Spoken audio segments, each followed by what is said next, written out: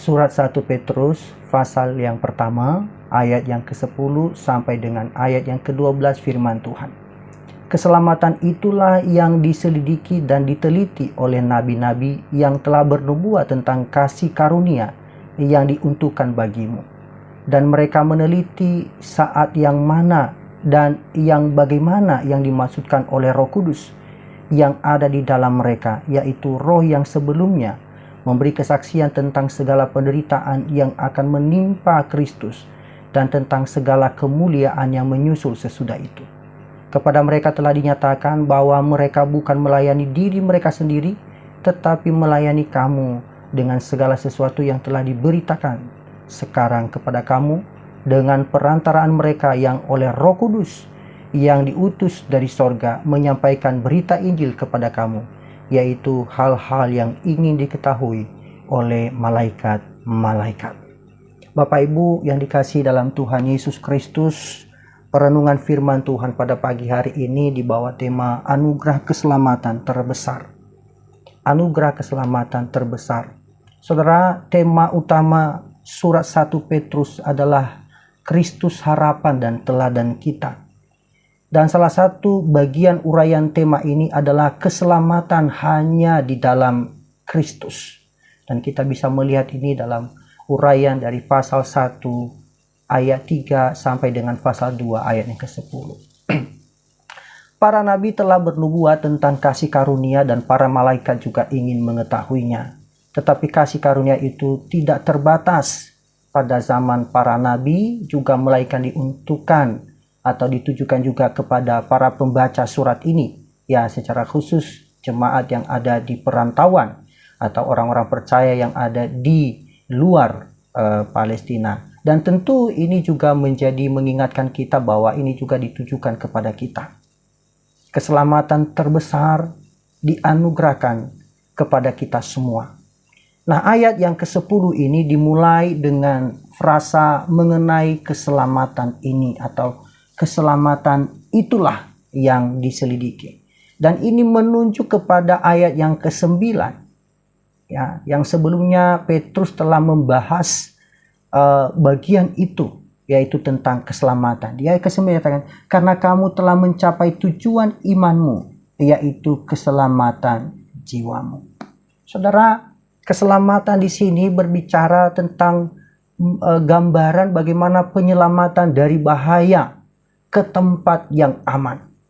Keselamatan yang dimaksud di sini adalah penyelamatan jiwa dari dosa dan akibatnya terhadap keselamatan hidup dalam pengharapan pengampunan Tuhan dan juga pengangkatan dalam status keluarga Allah untuk menerima warisan yang luar biasa dari sorga. Dan itulah yang kita sudah renungkan pada waktu yang lalu. Sarana keselamatan melibatkan pekerjaan Allah Bapa, Allah Anak, dan Allah Roh Kudus. Dan juga respon iman setiap pribadi atau individu.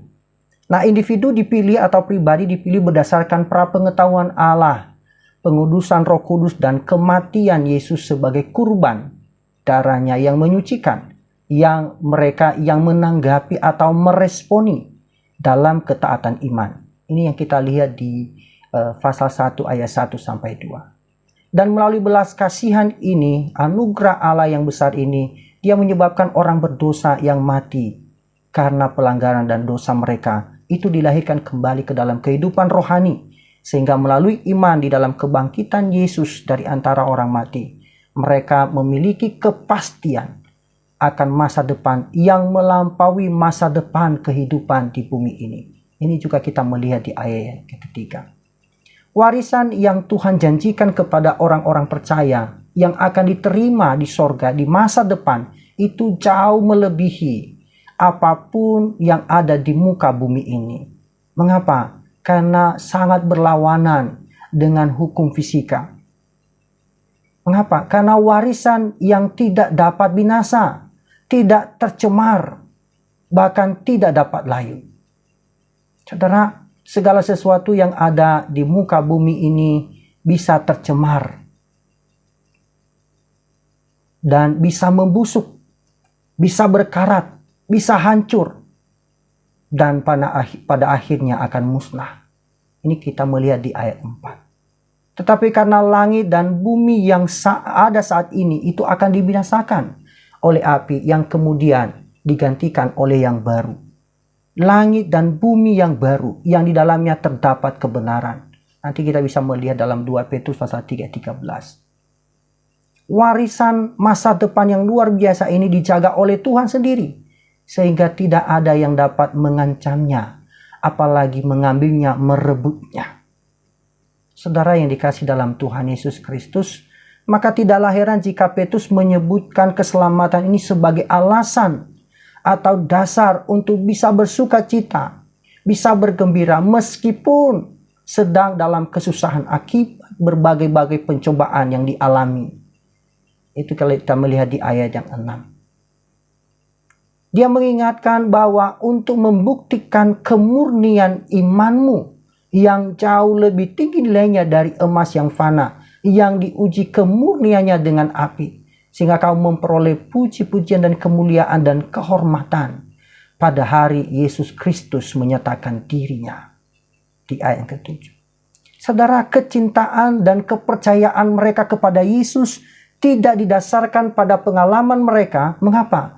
Karena mereka belum pernah melihat Yesus. Di ayat yang ke-8. Dan itu adalah respon mendengarkan kabar baik tentang kasih Yesus yang ditujukan dalam pengorbanan dirinya untuk menebus orang-orang berdosa dan mendamaikan mereka dengan Allah Bapa. Mereka mempercayai pesan dan mulai mengasihi Yesus. Mengapa? Karena Yesus terlebih dahulu mengasihi mereka. Dan itulah yang disampaikan oleh Petrus di ayat yang ke-9. Hasil dari iman mereka terhadap apa yang telah dilakukan Allah adalah keselamatan jiwa mereka. Itulah keselamatan yang disebutkan di ayat yang ke-10 ini. Maka kalau kita merenungkan tentang keselamatan, anugerah keselamatan terbesar, paling tidak ada 5 alasan mengapa keselamatan itu sangat luar biasa dalam hidup kita. Yang pertama, karena keselamatan itu adalah anugerah Tuhan. Petrus menggunakan kata kasih karunia dalam ayat yang ke-10 dan juga di ayat yang ke-13. Itu sebagai sinonim untuk keselamatan yang telah kita terima, namun tidak akan kita pahami sepenuhnya sampai Kristus datang kembali. Artinya penyempurnaan, pemahaman kesempurnaan, pengertian kita tentang keselamatan anugerahnya ketika kita bertemu muka dengan Tuhan. Ketika Tuhan datang kedua kali. Ada 3 bentuk keselamatan yang kita peroleh. Kita diselamatkan dari hukum dosa ketika kita beriman kepada Kristus. Kita diselamatkan dari kuasa dosa ketika kita berjalan dengan iman. Dan pada akhirnya kita akan diselamatkan dari kehadiran dosa jika kita bertekun dengan iman. Saudara, kasih karunia merupakan kata yang sangat penting bagi Petrus. Dan ini digunakan 10 kali dalam tulisannya, secara khusus dalam tulisan-tulisan 1 Petrus ini. Mengapa? Karena ini banyak yang memahami dengan konsep yang salah. Banyak orang percaya yang salah mengartikan kasih karunia sebagai hidup dalam kekristenan yang santai. Bahkan mendorong untuk tidak terlalu tegas kepada diri sendiri. Bahkan tidak mampu tegas kepada orang lain. Sehingga akhirnya bersikap toleran terhadap segala macam dosa. Bahkan kompromi yang jelas sangat ditentang oleh Alkitab, oleh firman Tuhan. Saudara, anugerah merupakan pertolongan atau pemberian yang tidak layak kita terima. Maka kita tidak dapat menghargai kasih karunia Tuhan sampai memahami secara kognitif dan merasakan secara emosional betapa tidak layaknya kita menerima apapun selain hukuman dari Tuhan. Mengapa? Karena kekudusan Tuhan tidak bisa bertemu dengan kita yang berdosa. Tetapi oleh anugerahnya kita diberikan kelayakan, bahkan diperkenan oleh Tuhan. Bahkan kita bisa berkata, ya Aba, ya Bapa. Begitu dekat. Itulah keselamatan anugerah terbesar dalam hidup saudara dan saya. Maka salah satu tugas utama yang kita harus lakukan adalah menghargai anugerah itu dengan baik. Anugerah Tuhan jika dipahami dengan benar, tidak bertentangan dengan ketaatan kepada firman Tuhan. Sebaliknya, kasih karunia itu akan menjadi motivasi untuk taat. Petrus memberitahu kita bahwa kita harus menaruh pengharapan kita sepenuhnya pada kasih karunia Allah. Dalam ayat 13. Bahkan ia pun mengingatkan kita, memberikan kita perintah untuk taat dan kudus di hadapan Tuhan. Nanti kita akan merenungkan di ayat 14 dan 15. Penekanan pada kasih karunia itu tidak bertentangan dengan penekanan pada ketaatan. Jangan karena sudah mengalami kasih karunia, kita tidak mau taat. Sudah banyak mengalami anugerah, kita tidak disiplin dengan hidup kita secara rohani. Kita tidak menunjukkan tanggung jawab kita di hadapan Tuhan atas anugerah yang telah kita peroleh. Mengapa? Anugerah Tuhan kita terima disertai juga tanggung jawab sebagai respon kita akan anugerah keselamatan yang kita terima. Keselamatan kita yang luar biasa ini, itu merupakan anugerah Tuhan. Artinya, masih ada harapan bagi setiap orang berdosa. Betapapun besar dosanya. Dan itu adalah kabar baik. Satu-satunya yang menghalangi kita untuk mengalami kasih karunia Allah adalah kesombongan kita. Ia mengatakan diri sebagai orang yang tidak berdosa atau orang yang baik, yang tidak membutuhkan kasih karunia. Tetapi jikalau kita mau mengakui dosa, maka salib Kristus sudah cukup untuk mengampuni kita semua dengan sepenuhnya. Alasan yang kedua, anugerah keselamatan terbesar yang kita alami, karena keselamatan kita telah dinubuatkan oleh Nabi dalam perjanjian lama. Nabi-nabi dalam perjanjian lama. Dan ayat ini menyatakan bahwa para nabi melakukan penyelidikan. Dan penyelidikan dengan cermat. Sehubungan dengan apa? Anugerah Allah dan keselamatan. Dan dikatakan berusaha mengetahui apa atau pada waktu apa yang ditujukan oleh Roh Kudus yang ada di dalam diri mereka. Kalau kita melihat menyelidiki, kata yang digunakan di sini diterjemahkan sebagai tindakan melakukan pencarian dengan cermat. Artinya mengarahkan upaya dan perhatian yang besar dalam mempelajari sesuatu. Saudara yang kasih dalam Tuhan Yesus Kristus, ini juga seyogianya menjadi teladan untuk kita. Ketika kita diberikan tanggung jawab oleh Tuhan, atau apapun yang menjadi peran kita, kita harus menyelidikinya dengan cermat. Yang ingin diketahui oleh para nabi adalah apa dan waktu seperti apa. Artinya bagaimana cara Allah menyelamatkan. Itu yang menjadi sesuatu yang mereka sudah mengerti, tetapi mereka tidak mengalami di masa mereka menubuatkan itu. Itu melampaui akal manusia, cara kerjanya Allah.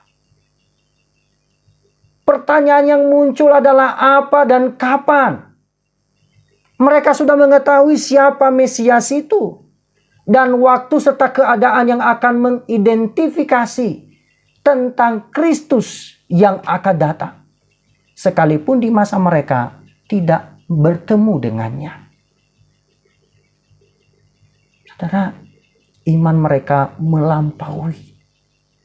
Ini juga mengajarkan kepada kita bahwa kita juga harus punya iman yang sama. Sekalipun keadaan yang kita harapkan tidak terjadi pada masa kita, tetapi ke depan bisa dialami oleh anak cucu dan generasi kita.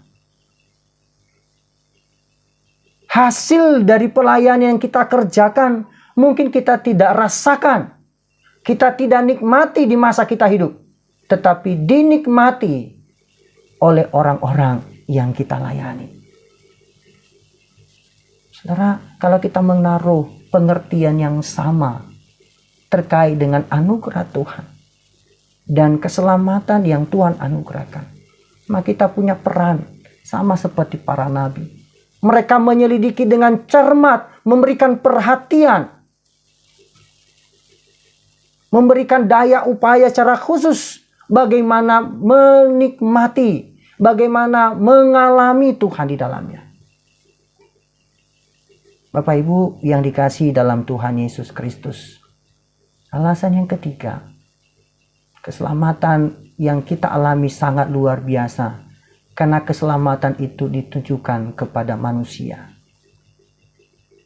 Ditujukan kepada saudara dan saya.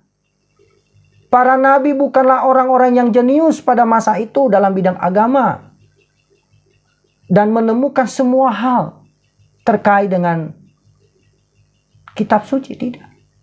Mereka mendapatkan semua itu dari Roh Kudus.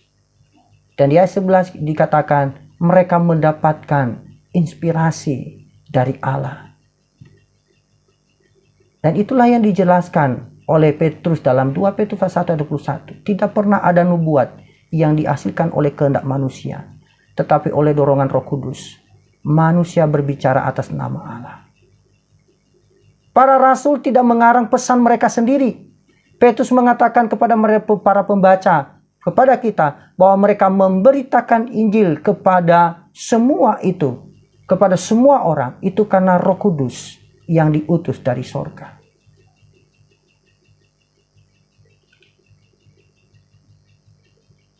Dalam ayat 12, sesungguhnya nyatalah kepada mereka bahwa mereka tidak melayani dirinya sendiri, melainkan kamu, dalam hal-hal yang sekarang diberitakan kepada kamu, melalui mereka yang memberitakan Injil kepadamu, melalui Roh Kudus yang diutus dari sorga. Ketertarikan para nabi terhadap apa yang mereka dan orang lain telah nubuatkan bukanlah untuk kepentingan mereka sendiri. Meskipun mereka pasti mempunyai kepentingan pribadi yang sangat besar untuk memahaminya. Tetapi Allah mempunyai tujuan yang jauh melampaui diri mereka sendiri dalam nubuat-nubuat yang Tuhan berikan kepada para nabi. Mereka melayani generasi mendatang. Bapak Ibu yang dikasihi dalam Tuhan Yesus Kristus, oleh karena itu keselamatan itu merupakan anugerah Allah yang telah dinubuatkan oleh para nabi, dan itu diungkapkan oleh Tuhan untuk manusia, untuk saudara dan saya. Dan secara khusus ditunjukkan kalau kita melihat dalam teks ini kepada orang-orang yang sedang mengalami tekanan. Mereka diberikan motivasi, diberikan dorongan, diberikan daya supaya bangkit dari keterpurukan. Dan gambaran yang sama itu juga keadaan kita. Dalam kondisi apapun kita, keselamatan yang Tuhan berikan itu cukup, bahkan melampaui. Alasan yang keempat, mengapa anugerah keselamatan yang kita alami ini luar biasa? Karena keselamatan itu adalah misteri bagi malaikat.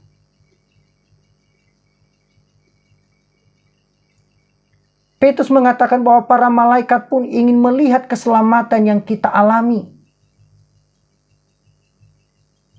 Saudara, Petrus memberikan satu gambaran dalam pengertian melihat di sini artinya membungkuk. Mengamati dengan cermat. Menatap sesuatu dengan saksama. Ini memberikan ketertarikan yang sangat kuat. Para malaikat pun ingin melihat cara Allah mengerjakan, melakukan dan menyelamatkan manusia. Saudara, ketika setan dan malaikat jatuh, Tuhan tidak memberikan keselamatan bagi mereka. Tapi jelas dalam Alkitab, mereka dihukum. Ya, bahkan dihukum sampai kepada kekekalan.